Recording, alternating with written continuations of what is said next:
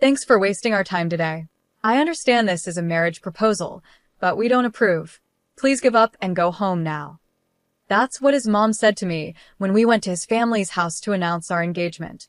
She gave me a cold glare and spoke down to me like I didn't belong. I knew from the start that his parents didn't like me, but I couldn't turn back. I took a deep breath, braced myself, and introduced myself anyway. My name is Cheryl. I'm 29 years old, and I work in the general affairs department of a manufacturing company. I've been dating my boyfriend, James, since last year. He's 4 years older than me, and we work in the same department. James has a gentle look, and his kindness shows whenever he smiles. That's what made me fall in love with him. We both live on our own, so we often spend time at each other's places and enjoy weekends together. We've built a happy relationship. My parents live nearby, so I take James to their house often. They really like him, and whenever he visits, they go all out with meals. James and my dad get along great, and I thought everything would go smoothly when we got married. But James had always hesitated to introduce me to his parents. When I asked him why, he looked uncomfortable. Could you wait a little longer? My parents aren't like yours. I wish I had grown up with parents like yours, he said with a sad expression. I wondered if he had issues with his family, but I decided to give him time. I wasn't in a hurry to get married, so I figured it would be better for him to open up when he was ready. But things don't always go as planned. One holiday, James and I were on our way to our favorite restaurant when something unexpected happened. As the staff showed us to our table, James suddenly seemed nervous and fidgety. What's wrong? I asked, noticing how tense he was. He looked away, unsure how to explain, clearly struggling to find the words. I felt nervous at that moment, wondering if I had done something wrong. Just then, a woman in her 53s came over to our table and spoke to James cheerfully. Oh, James, I haven't heard from you in a while. I was wondering what you were up to, she said. She then turned to look at me, her eyes narrowing as if she was judging me. She had downturned eyes that made it seem like she was glaring. Her hair was neatly tied back, which made her sharp eyes stand out even more. As I gave her a confused look, she let out a little laugh, but it wasn't friendly. Are you really spending time with someone like her, James? You're such a good kid. If you don't like it, you need to tell her. Otherwise, girls like her won't get the message, she said. James's face tightened in anger. He glared at the woman and firmly said, I won't allow you to insult her. But the woman gave me a cold look and said, It's a shame my son has been tricked by a girl like you. Leave him alone right now. After that, she went to the cashier, paid her bill, and left the diner. What just happened? I asked, still in shock. James replied in a low voice. That was my mother. A few years ago, because of her, I had to end a relationship with someone I was thinking of marrying. She didn't want to marry me because of my mom's behavior. I began to understand why she had acted that way. James continued, If you choose to stay with me, there will be a lot of challenges. Maybe we should break up now. Don't worry. I'll keep things professional at work, and I'll make sure it doesn't cause you any trouble. He looked really upset, and it pained me to see him like that. But I calmly said, I still want to be with you, James. Do you really want to end things with me? James seemed surprised by my words. You know what my mother is like. If you marry me, she will be a burden to you. I don't mind. I think that's part of marriage, and we don't have to live with her, right? If it becomes an issue, I'll ask for a transfer at work, and we can move far away, I said. James stared at me, deeply considering my words, and I gave him a reassuring smile. Then I feel better about it. Is it strange if I propose to you right now? He asked. A wave of warmth rushed through me, and I could feel my face turning red. Are you serious? I asked, feeling a bit embarrassed. Yes, of course. I want to spend my life with you, I said, my cheeks growing hotter. I feel a bit like you've beat me to it, but I'm really happy. I want to be with you forever, James said with a smile, and I finally felt relieved. After that, we decided to tell my parents about our engagement. They were thrilled and asked how we decided to get married. I knew we'd have to mention James's mom at some point, but we tried to avoid the topic by pretending to be shy. However, my mother wouldn't let it go. So, have you already met James's parents? Or is that still in the works? she asked. James and I were caught off guard. No, I don't plan to tell my parents about the wedding, James said, causing my mom to gasp in surprise. Why not? She asked, shocked. Because I know they won't approve of our marriage, James explained. At that point, my father gave us a serious look. That's not acceptable. Marriage is the joining of two families. Your mother would be heartbroken if she found out you got married without her knowing. You both should at least meet with them once. If they still refuse, come talk to us and we'll support you. My dad's words were strong and comforting, but James still looked worried. I'm fine, I said with a smile, hoping to put him at ease. I thought that if we couldn't get past this challenge, we wouldn't be able to find real happiness together. Later, James told his parents that I would be coming to introduce myself. They didn't seem excited, but he was able to set up the meeting anyway. James's father was a CEO, and they lived in a big house with a large yard. When I stepped in, a big dog started barking. James smiled and petted the dog's chin, calming him down, and then the dog let me pet him too. While we were playing with the dog, the front door opened and his parents came out. His mother had a sharp look that made her seem intimidating, and his father looked just as stern as he stared down at me. Don't touch our dog. You're disgusting, were the first words his father said to me, without even a hello. He started scolding me right away, and I felt really uncomfortable. How dare you talk to her like that? If you keep acting like this, I won't hesitate to cut ties with you, James said firmly. His parents gave me angry looks but didn't say anything else unpleasant after that. They invited us into the house. As we walked in, I found it a little strange. Looking at James's face, you'd think he's a kind person because of his gentle eyes, but he didn't look anything like his father. His mother had upturned eyes, but he didn't take after her either. Sometimes traits skip a generation, or kids don't look like their parents at all, so I decided not to think too much about it. Once inside, as I was looking around, a middle-aged man in a suit appeared. Mr. Eric. Welcome home, young master, he said, bowing to greet James. He had a kind smile that was contagious, and I couldn't help but smile back. It's been a while, Mr. Eric, James said. You've grown up so much, young master, Mr. Eric replied, smiling warmly at James. It was the first time I saw James truly smile since we arrived. Then James introduced me to him. This is Mr. Eric, my father's right-hand man. Honestly, he's more like a father to me than my real dad. My father never paid much attention to me, so Mr. Eric was the one who took care of me. You're the boss's son. I was just doing my job, Mr. Eric said modestly. But you've always had a soft spot for me, haven't you? James added with a smile. I like you more than my father. James joked with a chuckle, his laugh making me smile for the first time in what felt like forever. As we were talking, his mother suddenly stormed in from the back of the house. Cheryl, what do you think you're doing? Get over here now, she yelled angrily. She shot a harsh look at Mr. Eric. What are you doing here, slacking off? How many times have I told you to stay away from Cheryl? I'll make sure my husband knows about this. Now, get back to work. Mr. Eric nodded and replied, I understand. I'll do as you say. He then left the room. I couldn't help but wonder if being the CEO's secretary meant you had to deal with orders from the wife at home, too. James glared at his mother and spoke up. Why do you always treat Mr. Eric so poorly? How can you be so rude to someone who's worked so hard for Dad? Quiet. You should just listen to your parents. I'll handle that man. Now, both of you, come over here. We followed her to the living room, where James and I sat on the sofa across from his parents. His mother was the first to speak. Thanks for wasting our time today. I understand you're here to get our blessing, but we don't approve of this marriage. Just give up and go home, she said coldly. I was ready for the rude comments, so they didn't bother me as much as they could have. I calmly responded, No, thank you for making time to meet with us. James and I love each other, and it's natural for two people in love to get married, don't you think, father, mother?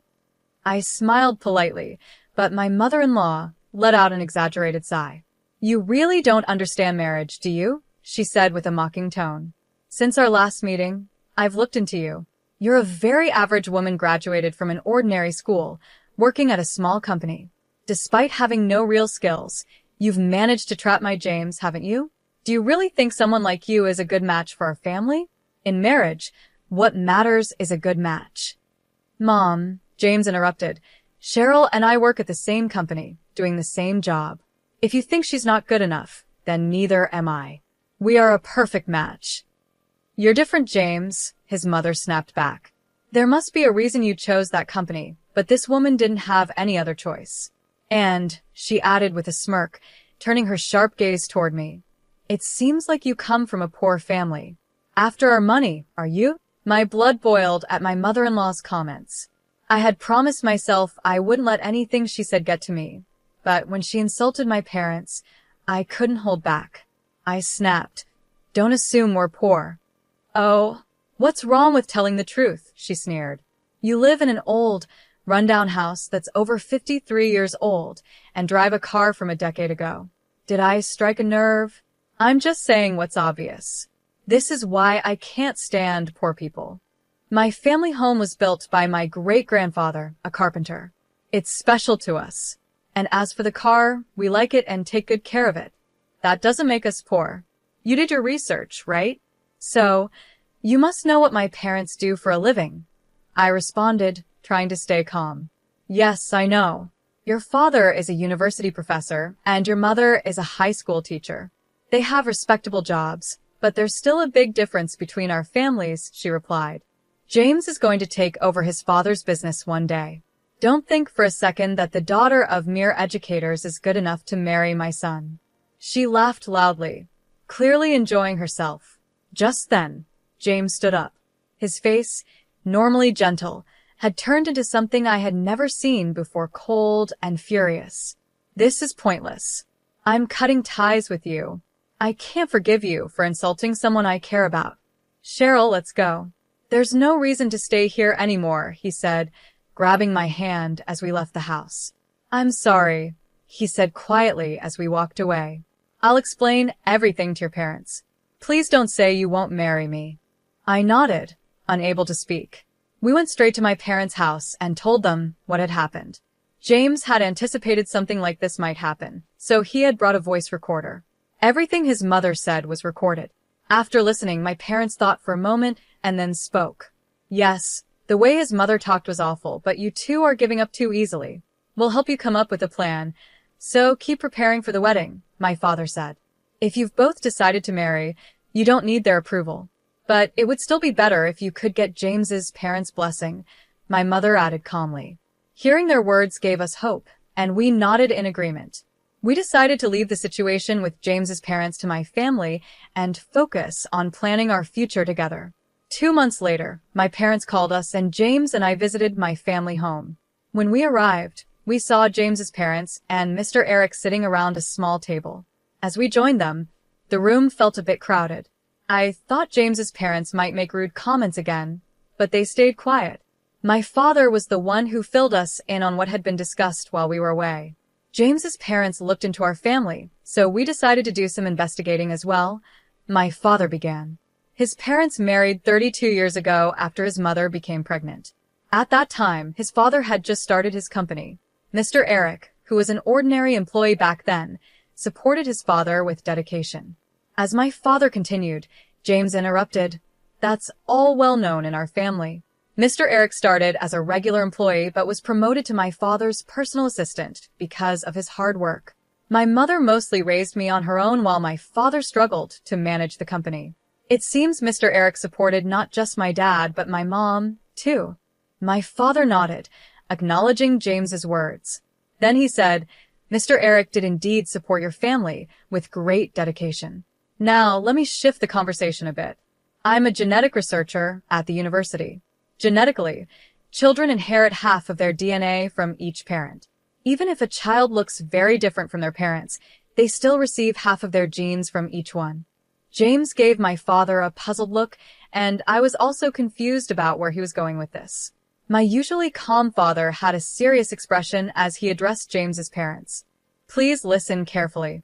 I hired a detective to conduct a background check on your family. Your father works hard, and Mr. Eric has always been there to help. Your mother is fully devoted to housework. It's quite admirable. But when I looked at your family photos, something didn't add up.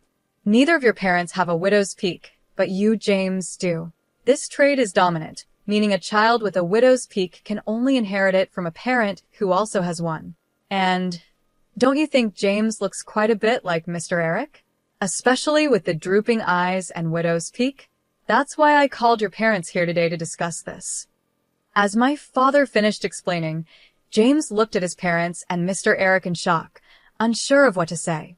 I am a French teacher, just like my mother, and I'm good at French. I never noticed anything different about their foreheads, and even if I did, I'm no expert in genetics. After a long silence, James's father finally spoke. 40 years ago, I was so focused on my work that I neglected my family completely. Then my wife told me she was pregnant. What she didn't know was that I had been hiding my infertility from her. When I found out about her affair, I was furious, and she was just as angry at me for keeping my infertility a secret. After a huge argument, I told her that if I raised her child as my own, I would forgive her. In return, she promised to forgive me for hiding the truth. I made Mr. Eric my personal assistant to keep him close, hoping to stop any further affair between them. After spilling everything, James's father sat there, looking empty, as if all the life had drained from him. Meanwhile, James's mother started to cry. I loved Mr. Eric. I wanted to raise James with him, she sobbed. James is a precious child I had with the man I truly loved. I can't let him marry someone I don't even know. I absolutely won't allow this marriage. As she wiped her tears and glared at me, James gave her a cold, disgusted look. I've always known, Dad, that you never truly loved me, and I've felt Mom's strange obsession with me for years. I even wish sometimes that Mr. Eric was my real father. But now, hearing all of this, you three are disgusting. Mom, I don't want to see you as my parents anymore. Even if Mr. Eric is my biological father, I won't acknowledge him either. I won't forgive any of you. I'm cutting ties with all of you and marrying into Cheryl's family, James said firmly. At his words, his mother jumped up, clinging to him, crying. No, James, you can't. You're mine. I won't let you go, especially not to some common girl. We can live together. I'll allow your marriage, but don't say you're leaving us. As she grabbed onto James's arm, I swatted her hand away. Ma'am, please stop. James is clearly uncomfortable. Do you even realize how much pain you've caused him? Probably not, because all you care about is yourself. If you had just betrayed your husband to be with Mr. Eric, that's one thing, but you've continued to deceive James and hurt him for years. I didn't want to say anything at first, because it's a matter between you three, but I can't just sit here and let you ruin James's happiness. Why don't you put his happiness first? If you don't like me, that's fine, but if you're only trying to control him, you're failing as a mother. From now on, I'll make James happy, so please don't stand in our way. After I said that, his mother started crying again, calling me cruel, but Mr. Eric was there to comfort her. We decided to talk about the future later. A few days later, James's parents officially apologized to us and my parents. They finally accepted our marriage, and James and I turned in our marriage certificate. James moved into my house, and we started our life together. In the end, James's father couldn't forgive his wife's affair. Even though it was too late to ask for compensation, they divorced and split their assets. Mr. Eric also resigned and moved far away with James's mother. Her luxurious life came to an end, and she was forced to live the kind of life she always looked down on. She sometimes sends letters asking James for money, but he ignores them. He has cut all ties with his father since they aren't biologically related, and he has no intention of becoming Mr. Eric's adopted son. Legally, he's still his father's son, but they seem to have accepted that. After Mr. Eric resigned and James's mother was no longer around to support him, the performance of James's father's company dropped. He stepped down, and no one knows where he went after that. A year after marrying James, I noticed that his parent house was up for sale. We had a small wedding ceremony, given the complicated family issues, and only invited close family and relatives. Even so, it was a special day, and I was happy with how it turned out. Now, we have been blessed with a beautiful daughter, and I've quit my job to focus on raising her. My parents visit occasionally to help take care of her, which is a big help. James and I are committed to supporting each other and raising our daughter with love.